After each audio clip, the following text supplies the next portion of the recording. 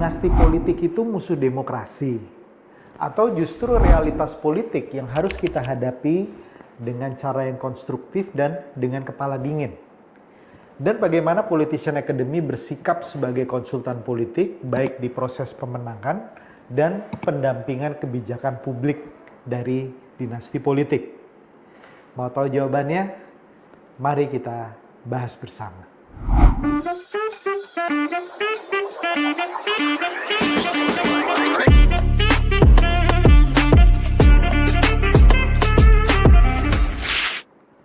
Hai Sobat Politician Academy, bertemu lagi dengan Bunggas Chandra, Coach dari Politician Academy.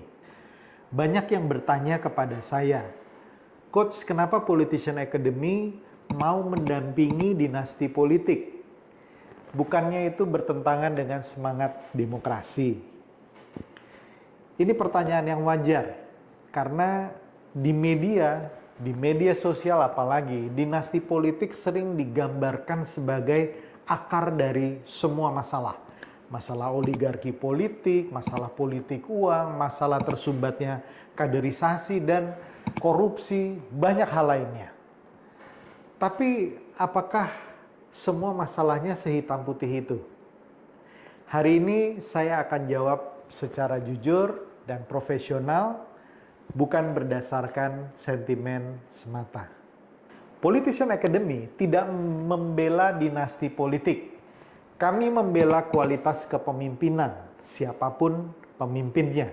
Saya akan berikan 5 alasan kenapa dan bagaimana Politician Academy melihat dinasti politik.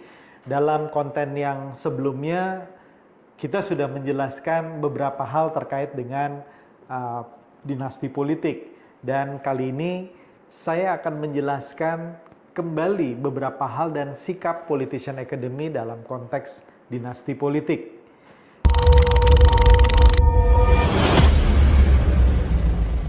Yang pertama, bahwa dinasti politik merupakan bagian dari realitas sistem politik Indonesia.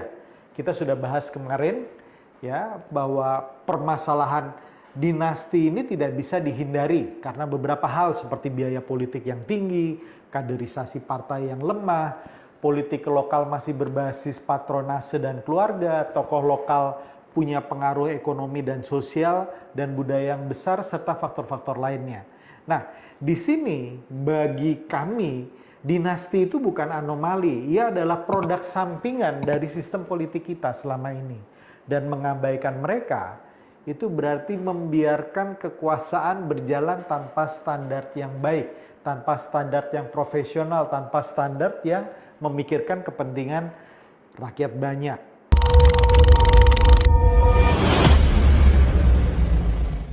Alasan kedua, dinasti yang sedang berkuasa ini mengelola kekuasaan yang sangat besar dan anggaran yang sangat besar. Kalau yang memimpin tidak mempunyai kapasitas, maka kembali lagi masyarakat yang akan kena. Mereka memimpin daerah dengan APBD ratusan miliar, bahkan triliunan. Mereka menentukan arah pembangunan seperti pelayanan publik, bagaimana birokrasi berjalan, bagaimana program UMKM, jaminan kesehatan, dan lain sebagainya. Dan itu bila mereka salah urus, maka kerugian publik yang masiflah yang akan jadi akibatnya. Oleh karena itu, bagi kami mendampingi dinasti bukan membenarkan mereka, tapi mencegah dampak buruk lebih lanjut ketika kekuasaan tidak dikelola secara baik.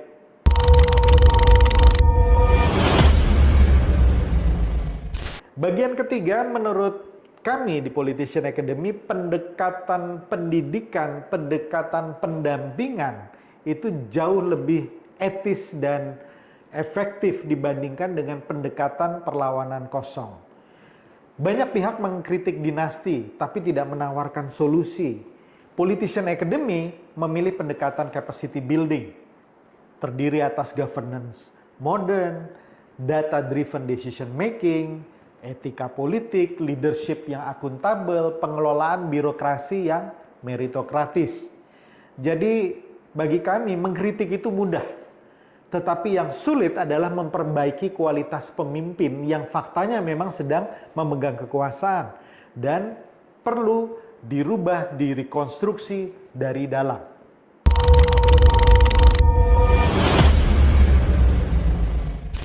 Poin keempat, dinasti itu tidak akan hilang karena dilarang. Kita bisa lihat contoh-contoh di negara lain. Di Amerika ada dinasti Kennedy, dinasti Bush. Di Jepang ada keluarga Abe, keluarga Hatoyama, keluarga Aso. Mereka semua memiliki modal yang baik, knowledge yang baik, dan bisa menjalankan pemerintahan dengan baik. Di beberapa negara lain di Asia pun, seperti di India, di Filipina, juga sama. Ada dinasti politik yang tidak bisa dihindari. Kenapa tidak bisa dihindari? Karena memang mereka adalah dinasti yang mempunyai kepedulian terhadap masalah politik, mempunyai modal politik, mempunyai modal kepercayaan masyarakat, dan pada saat tertentu dipercaya oleh publik. Jadi menurut kami, dinasti itu tidak otomatis buruk. Yang buruk adalah dinasti yang muncul dan kemudian memegang kekuasaan tanpa kapasitas.